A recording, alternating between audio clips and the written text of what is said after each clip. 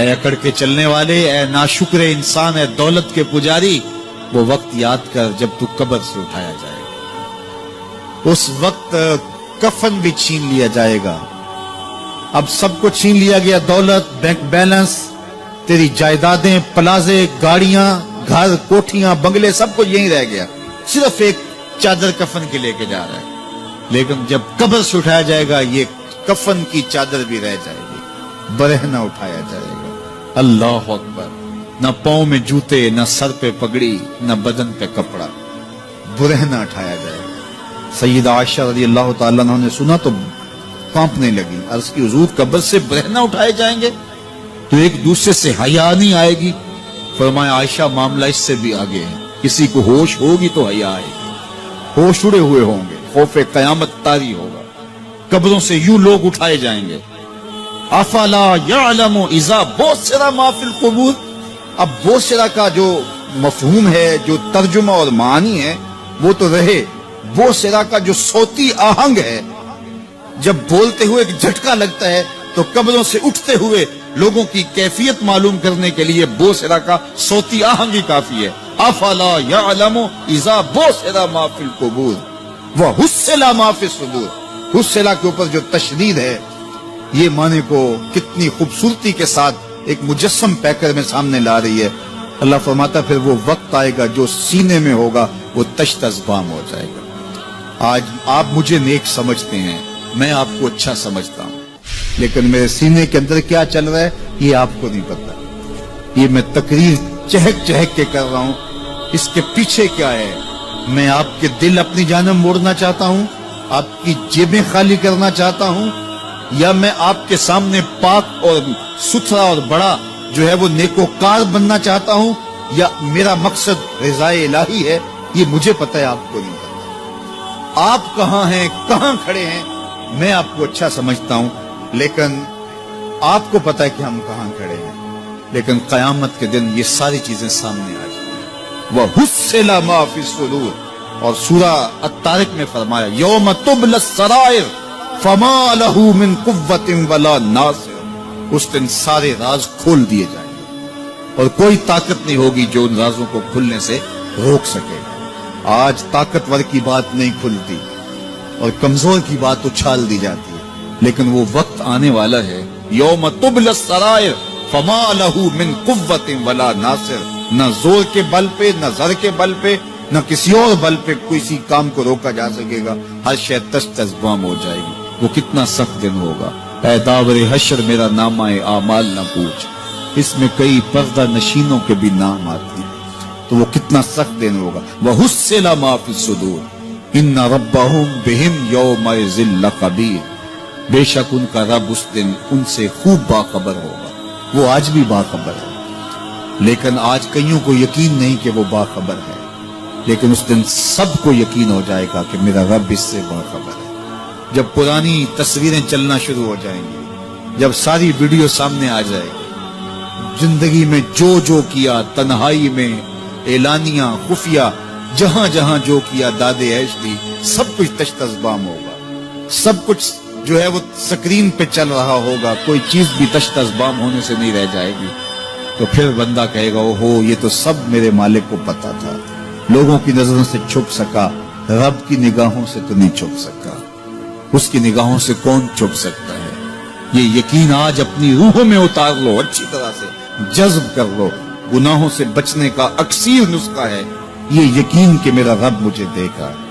یہ یقین جب روح میں جم جائے، خیالوں میں اتر جائے، اعتقاد کا پختہ حصہ بن جائے، پھر بند کوٹھڑی میں بھی جرم نہیں ہو سکتا کہ میرا مالک تو مجھے دیکھ رہا ہے۔ آپ دیکھتے نہیں کہ جب ساتوں دروازے بند کر کے بت کے اوپر موٹا کپڑا ڈال کے زلیخا بولی ہے تلک یوسف اب تو آ جاؤ نا، اب تو کوئی نہیں دیکھ رہا، قال معاذ اللہ، تو جناب یوسف نے کہا میں اللہ کی پناہ میں آتا ہوں۔ اللہ اکبر، تو دروازے بند کر کے لوگوں کی نظروں سے چھپ گئی ہے، اور بے نور آنکھیں رکھنے والے اس پتھر کے بت سے بھی حیا کرتی ہے اور اس پہ بھی پردہ ڈال لیا ہے۔ جب تو اس جھوٹے خدا سے حیا کرتی ہے، میں سچے خدا سے حیا کیوں نہ کروں جو ساتویں کوٹھڑی میں بھی دیکھتا ہے۔ اتنی روشنیاں برسی کہ گناہ کا تصور بھی محال ہوگا۔ تو تو یہ یقین کہ میرا اللہ مجھے دیکھ رہا ہے، یہ انسان کی زندگی میں نظم پیدا کرتا ہے۔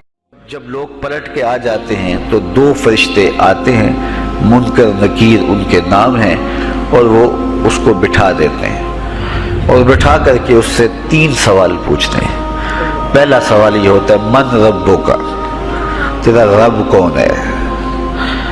اب کوئی مانے یا نہ مانے، رب تو سب کا اللہ ہی ہے، یہ تو حقیقت ہے، یہ تو طے شدہ ہے، لیکن جو عقیدہ دنیا پہ رہا ہوگا وہی عقیدہ اس کے لہجے میں آئے گا۔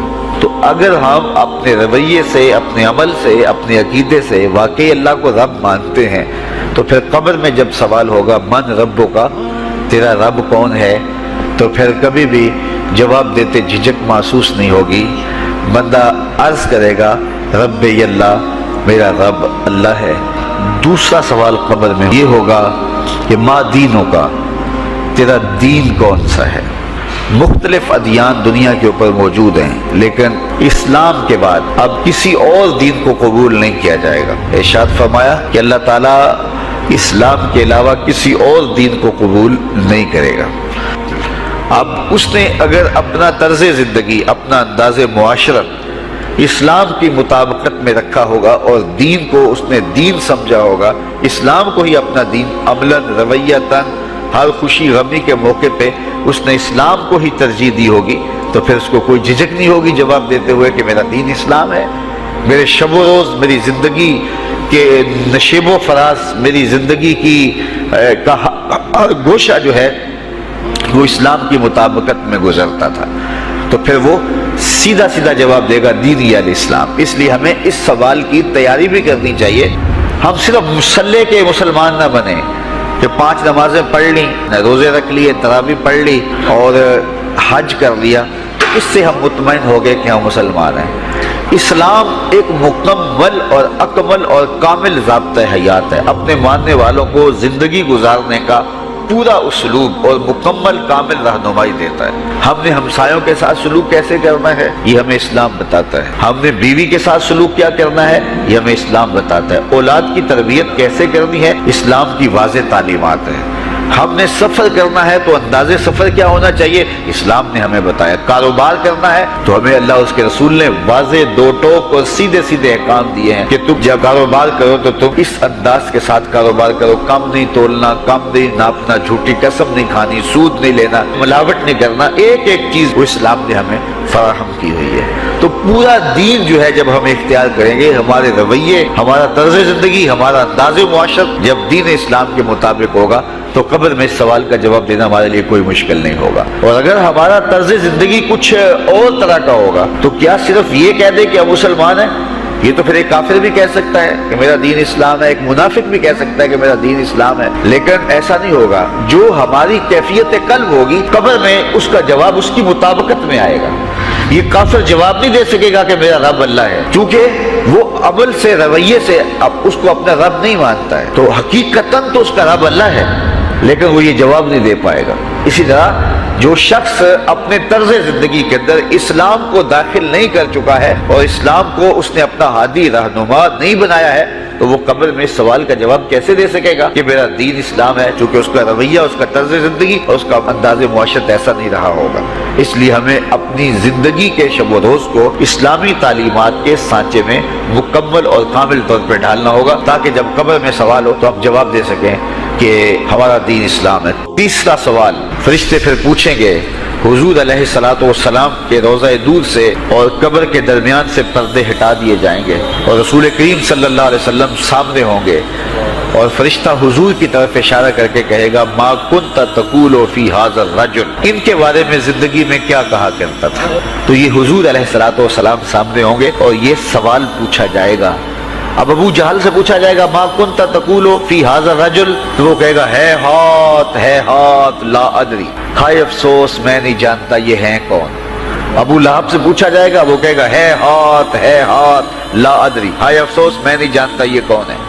اچھا جانتا نہیں تو پتھر کس کو مارتا تھا، جانتا نہیں تو گڑے کس کی راہوں میں کھدواتا تھا، جانتا نہیں تو اوجریاں کس کے اوپر ڈلوایا کرتا تھا، آنکھیں پھاڑ پھاڑ کے تو ساری زندگی دیکھتا رہا، لیکن آج ابو جہل قبر میں اترا، حضور کی صورت نورانی سامنے ہے، اور پوچھا گیا کہ یہ کون ہے، یہ نورانی چہرے والے کون ہیں؟ تو ابو جہل کہتا ہے ہائے افسوس میں نہیں جانتا یہ کون ہے۔ اور 14 صدیاں گزرنے کے بعد ایک مومن لحد میں اترتا ہے اور پردے ہٹا دیے جاتے ہیں اور منکر نکیر سوال کرتے ہیں عامر چیمہ بتا یہ کون ہے؟ وہ کہتا ہے پیچھے ہٹو، پہلے پائے ناز کو بوسہ تو کر لینے دو، میں تو مر کے پہنچا ہوں یہاں اس دل ربا کے واسطے، یہ تو میرے وقت جاگے کہ وہ میری قبر میں آئے۔ شیخ عبدالحق محدث دہلوی علیہ رحمہ لکھتے ہیں کہ جب سے یہ سنا ہے کہ قبر میں حضور آئیں گے، پتہ نہیں موت کہاں مر گئی ہے، جی چاہتا ہے زندہ ہی قبر میں چلے جائیں۔ تو وہ کہے گا پہلے مجھے پائے ناز کو بوسہ تو کر لینے دو، میں تو زندگی کے بھر میں انتظار ان کا کرتا رہا، اور ان کے بارے میں پوچھ رہے ہو یہ کون ہے؟ تو وہ فوراً جواب دیتا ہے یہ تو وہی میرے آقا و مولا ہیں جن کے لیے ساری زندگی تڑپتا رہا اور ان کی زیارت کی آرزوئیں اور تمنائیں کرتا رہا۔ اچھا ابو جہل ساری زندگی دیکھتا رہا تو وہ تو جواب نہیں دے پائے گا، وہ کہتا ہائے افسوس میں نہیں پہچانتا یہ کون ہے، ہاتھ لا ادری مجھے نہیں پتا۔ اور 14 صدیاں گزرنے کے بعد ایک مومن لحد میں اترتا ہے تو وہ فوراً کہتا ہے یہ تو وہی ہیں جن کے لیے زندگی گزار آیا ہوں۔ تو جس نے دیکھا تھا وہ پہچان نہیں سکتا، اور صدیوں بعد جو دنیا کے اوپر آیا وہ فوراً پہچان بھی رہا ہے اور پائے ناز کو بوسے بھی کر رہا ہے، تو پھر اس کا کیا جواب ہوگا؟ تو اس کا جواب علامہ اقبال علیہ رحمہ نے دیا۔ وہ کہتے ہیں قبر میں یہ جو آنکھیں ہیں ان میں تو مٹی پڑی ہوگی، یہ تو بند ہوگی، دل کی آنکھیں کھلی ہوں گی۔ ابو جہل نے ان آنکھوں سے دیکھا تھا، یہ آنکھیں تو اب کھلی نہیں ہیں، تو ان سے وہ کیسے پہچانے گا؟ اور دل کی آنکھوں نے حضور کو دیکھا ہی نہیں تھا۔ اور یہ صدیوں گزرنے کے بعد جو مومن لحد میں اترتا ہے اس کی گو ان آنکھوں نے نہیں دیکھا تھا، لیکن مومن کے دل میں حضور ہی بستے ہیں، اس لیے اس کی آنکھوں نے، دل کی آنکھوں نے حضور کو دیکھا اور پہچان لیا، اس لیے کہ دل کی آنکھوں نے حضور پہلے بھی دیکھے ہوئے تھے اور دل آرزو میں مچلتا رہا، اس لیے دل کو پہچاننے میں دیر نہیں لگی۔ تو وہاں یہ آنکھ نہیں پہچانے گی، یہ آنکھ پہچانے گی۔ تو حضور علیہ الصلوۃ والسلام کے حوالے سے جب سوال ہوگا، اگر اس سوال کا جواب نہیں آیا تو پھر جہنم کی کھڑکی کھول دی جائے گی، اور اگر اس سوال کا جواب آیا تو پھر جنت کے دروازے کشادہ کر دیے جائیں گے اور جنت کی ٹھنڈی ہوائیں اس کی قبر میں آ جائیں گی۔ بلکہ حدیث میں آتا ہے اسے کہا جائے گا کہ نم کنومت العروس، ایسے سو جا جس طرح دلہن سوتی ہے۔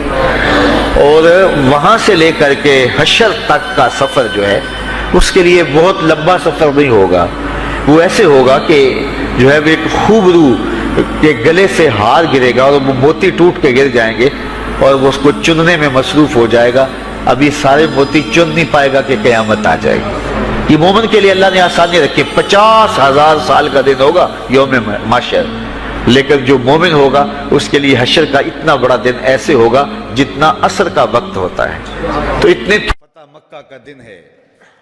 آپ جانتے ہیں کہ حضور کے پیچھے ایک بچہ بیٹھا تھا، حضور کا ردیف، جو خوشی سے اچھلتا تھا، بڑی خوشی کا دن تھا، لیکن میرے حضور کا سر عجز سے جھکا ہوا تھا، حتیٰ کہ امامے کا کور اونٹنی کی کوہان کے ساتھ لگتا تھا، لیکن وہ بچہ تھا، نو عمر تھا، وہ اچھلتا تھا خوشی سے، تو حضور سے روکتے تھے، پھر وہ اچھلتا تھا، پھر روکتے تھے۔ وہ بچہ کون تھا؟ تاریخ میں ڈھونڈے، نواسا نہیں ہے، کسی انصاری سردار کا بیٹا نہیں ہے، کسی قریشی سردار کا بیٹا نہیں ہے، حضور کے خاندان کا کوئی فرد نہیں ہے۔ ہم نے تاریخ ڈھونڈی تو وہ حضور کے آزاد کردہ غلام اور منہ بولے بیٹے زید بن حارثہ کا بیٹا اسامہ بن زید ہے۔ فتح مکہ کے دن اپنے ساتھ جس کو بٹھایا وہ غلام زادہ تھا، دنیا کو بتایا محمد عربی غلاموں کو عزت دینے آیا ہے۔ ایک غلام کو یہاں اپنے ساتھ سواری پہ بٹھایا، دوسرے کو کعبے کی چھت پہ چڑھا دیا، بلال حبشی کو کہا یہاں کھڑے ہو کے اذان پڑھو۔ اللہ اکبر! کہاں بلال مکے کی گلیوں میں ظلم اور جبر، جور اور زیادتی کا شکار ہوتے تھے، چکی پسوائی جاتی تھی اور جسم میں میخیں ٹھونکی جاتی تھیں، اور ذلت اور رسوائی کے گڑھے میں ان کو دھکیل دیا تھا کفار نے۔ آج وہی غلام، وہی بلال کعبے کی چھت پہ کھڑا ہو کے اذان دے رہا ہے۔ اللہ اکبر! میں یہاں کھڑے ہو کے اذان دوں تو رخ کروں گا قبلے کی جانب، اور جب کعبے کی چھت پہ کھڑا ہوں تو پھر جدھر رخ کروں ادھر ہی تو قبلہ ہوگا۔ اب بلال اذان دے رہے ہیں، رخ کدھر کیا؟ حضور طواف کر رہے تھے، بلال اذان دے رہے تھے، جدھر جدھر حضور پھرتے وہ بھی رخ پھیرتے چلے جاتے۔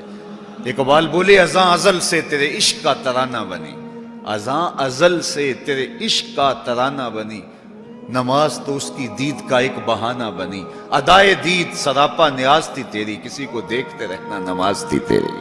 کیسا رنگ تھا، کیسا جمال تھا، تو وہ طبقے جن کو کوئی پوچھتا نہیں تھا ان کو عزتوں کی مسند پہ بٹھایا۔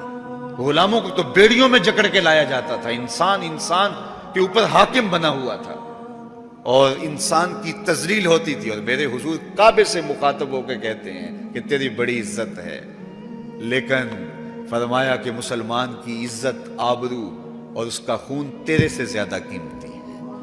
یہ سبق دیا، یہ درس دیا تو بھٹکی ہوئی انسانیت کو سراغ زندگی میرے حضور نے عطا کیا۔ تو اس لیے آج میں اور آپ اس کا شکرانہ ادا کرتے ہیں اور اللہ کے حضور لاکھ لاکھ شکر ادا کرتے ہیں کہ ہمیں اس نبی کا غلام ہونے کا شرف اور اعزاز نصیب ہوگا۔ تو پھر ان کی تذکروں اور ان کی محبتوں کی خوشبو بکھیریں گے، ان کے ذکر کی مہک سے مشام ہستی کو کیوں معطر نہیں کریں گے، ان کا تذکرہ نور بھی کریں گے اور ان کے بتائے ہوئے طریقہ کو اختیار کر کے اپنی زندگی کو بھی نور نور کریں گے۔ آج ایک طرف ہم اپنے گھروں پہ چراغاں کرتے ہیں، تو میں کہتا ہوں کہیں یہ چراغاں بنیروں تک محدود نہ رہ جائے، کوئی دیا لے کے دل نگر میں بھی آؤ، کہیں دل کی گلیوں میں اندھیرا نہ رہ جائے۔ تم گلیوں میں تو جھنڈیاں لگا دی، کہیں دل کی گلیاں ویران نہ رہ جائیں۔ آؤ کوئی جھاڑو لے کے دل کی صفائی بھی کرو، تمہارا اندر بھی ستھرا ہو، تمہارا باہر بھی ستھرا ہو، پھر میرے مصطفیٰ پہ درود پڑھو۔ یاری لا تو پاک نبی سنگ اے پر پوری یاری، پھر درود قبول ہے تیرا لکھ نالوں ایک واری۔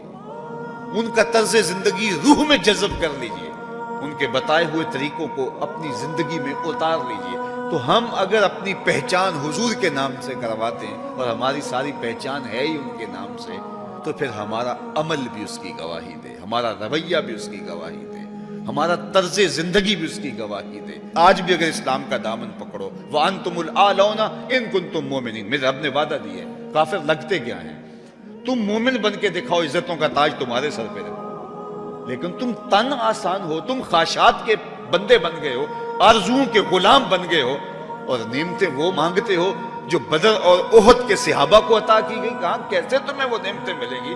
پہلے اپنے آپ کو ثابت تو کرو کہ ہم ان کے اہل ہیں، اور جب اپنی اہلیت ثابت کرو گے تو رحمت کی برکھا برسے گی اور اتنا کرم ہوگا کہ تمہارے دامن تنگ نظر آئیں گے اور تم برستے پھولوں کو سمیٹ نہیں پاؤ گے۔